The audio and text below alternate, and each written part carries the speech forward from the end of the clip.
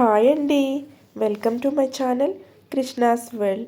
ఈరోజు నేను ఈ వీడియోలో చాలా టేస్టీగా జ్యూసీగా ఉండే మటన్ దమ్ బిర్యానీని ఎలా ప్రిపేర్ చేసుకోవాలో చూపిస్తున్నాను. ఒకసారి మీరు కూడా ట్రై చేయండి. ముందుగా ఒక గిన్నెను తీసుకుని దానిలోనికి 3/4 కిలో వరకు రైస్ తీసుకోవాలి. దానిని శుభ్రంగా కడుక్కొని వాటర్ పోసుకుని ఒక అరగంట పాటు నాననివ్వాలి. తరువాత స్టవ్ ఆన్ చేసుకుని ఒక ప్యాన్ని పెట్టుకుని 1 స్పూన్ ఆయిల్ వేసుకోవాలి. ఆయిల్ వేడైన తర్వాత కట్ చేసుకున్న ఆనియన్స్ని వేసుకుని గోల్డెన్ బ్రౌన్ కలర్ వచ్చేంత వరకు ఫ్రై చేసుకోవాలి. తరువాత 1 కేజీ చికెన్ని మిక్సింగ్ బౌల్లోకి తీసుకోవాలి.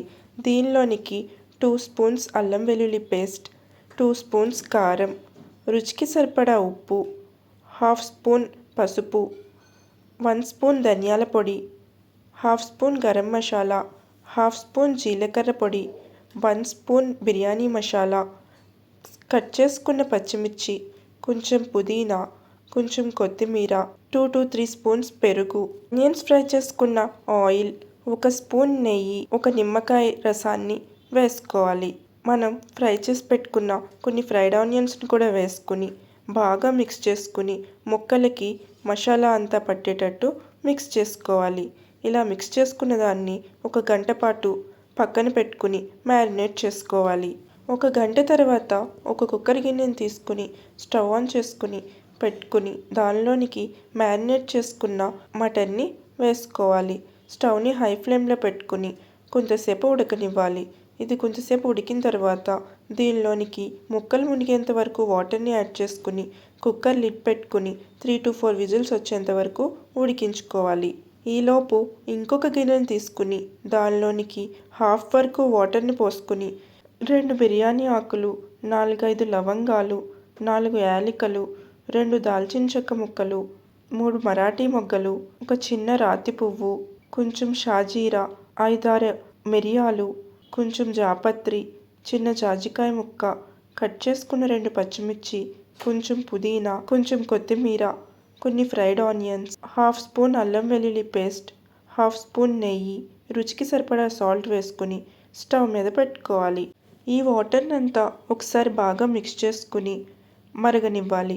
ఈ వాటర్ మరిగేలోపు మనం ఉడికించుకున్న మటన్ని బిర్యానీ వండుకునే గిన్నెలోకి ట్రాన్స్ఫర్ చేసుకోవాలి.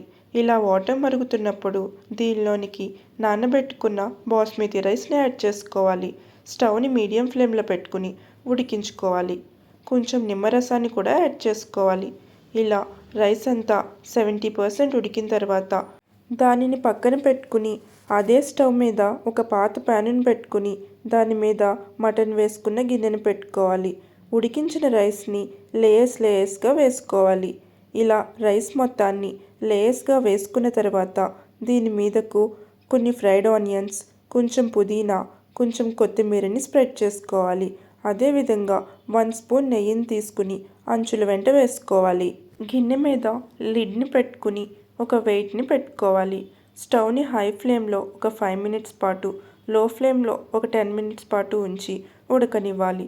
తర్వాత స్టవ్ ఆఫ్ చేసి ఒక 15 మినిట్స్ పాటు అలానే ఉంచేయాలి. తరువాత దీనిని ఒక బౌల్లోకి తీసుకోవాలి. అంతే, ఎంతో టేస్టీగా ఉండే మటన్ దమ్ బిర్యానీ రెడీ. సెపరేట్గా కర్రీ ఏం లేకుండా రైతాతో సర్వ్ చేసుకుంటే చాలా టేస్టీగా ఉంటుంది. మీరు కూడా ఒకసారి ట్రై చేసి ఎలా ఉందో కామెంట్ చేయండి. మరిన్ని రెసిపీస్ కోసం నా ఛానల్ని సబ్స్క్రైబ్ చేసుకోండి. Thank you for watching.